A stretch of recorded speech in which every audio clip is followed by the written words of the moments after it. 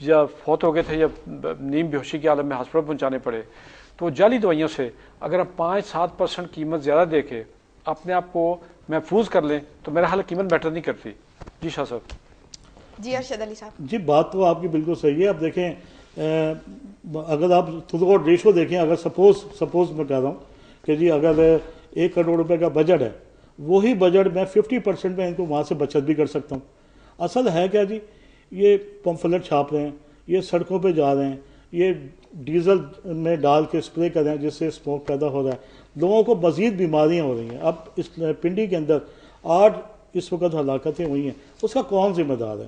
اس سے پہلے 2011 میں 400 بندہ یہاں پہ ہلاک ہوا ہے, کون ذمہ دار ہے؟ ہم لوگ صرف بات کرتے ہیں, ٹاک شو میں آ کے بات کر کے چلے جاتے ہیں, اس کا حل کوئی نہیں ہے. اور یہ ساری جو دیکھیں نا, وزیر اعلیٰ صاحب اس کے لیے بڑے جدوجہد کر رہے ہیں, لیکن ان کی جدوجہد کا کیا فائدہ جب ان کے لیٹر کے اوپر امپلیمنٹ نہیں ہو رہی. وزیر اعلیٰ نے واضح طور پر سیکٹری ایل کو کہا ہے جی آپ دوائی جینون بندے سے خرید رہے ہیں, لیکن وہ امپلیمنٹ نہیں کرتے, ذاتی مفاد چل رہا ہے.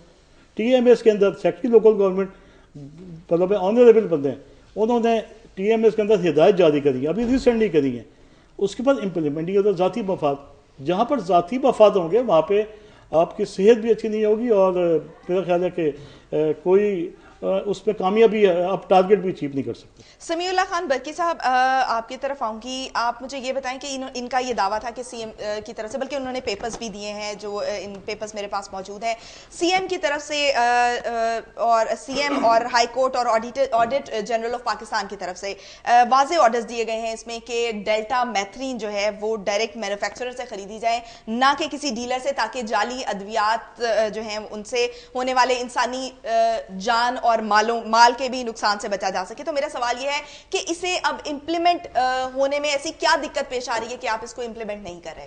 بسم اللہ الرحمن, اور ڈینگی کا خطرہ جو ہے وہ پھر سے سر اٹھا رہا ہے. بسم اللہ الرحمن الرحیم.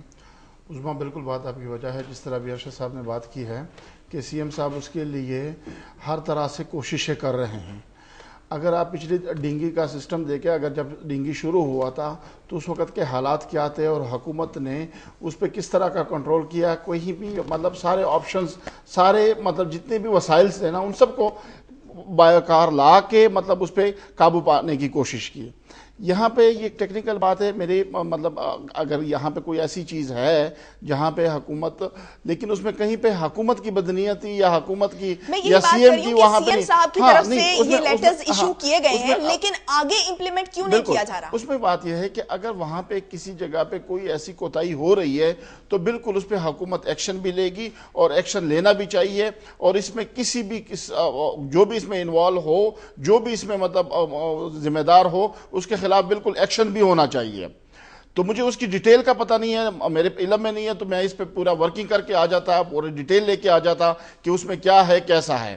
لیکن اس میں بات یہ ہے کہ اگر کہیں پہ حکومت کی نے جتنی بھی پچھلے 3 سالوں میں یا 4 سال کے آپ 2012 سے اگر آپ دیکھ لیں تو یہاں پہ ڈینگی کا کیا حالات تھے اور پوری دنیا میں کیا سلسلے تھے, لیکن الحمدللہ جتنا اس پہ کام کیا, جو گزشتہ سال تھا اس میں اس کا جو ہے اس مسئلے نے سر نہیں اٹھایا, لیکن ابھی آپ دوبارہ دیکھیں کہ اس سال پھر مسئلہ یہ سر اٹھا رہا ہے, اور جو ہسپتال ہیں وہ ڈینگی کے مریضوں سے پھر بھرتے جا رہے ہیں. اس میں بالکل کوئی شک نہیں ہے, لیکن اس کے لیے کام ہو رہے ہیں. جس طرح اب ارشد صاحب یہ بہت دوائی کی بات کر رہے ہیں کہ ان کے پاس جو دوائی ہے وہ اس سے بہتر دوائی ہے, وہ کیوں وہاں تک نہیں پہنچ رہی ہے, اس کی بالکل انکوائری ہونی چاہیے اور اس کا بالکل اس کا سلسلہ ہونا چاہیے. اس میں کوئی سیاست, کوئی بحث یا کوئی وہ نہیں بنتا بالکل اس پہ. دیکھیں جی, جیسے میں تو صرف ایک ہی چیز کہتا ہوں کہ اگر امپلیمنٹ ہو جائے, جیسے بھائی جان نے فرمایا کہ جی وزیر اعلیٰ صاحب جدوجہد کریں, کوششوں سے بچہ نہیں مرتا یا کوششوں سے کوئی چیز تعمیر نہیں ہوتی.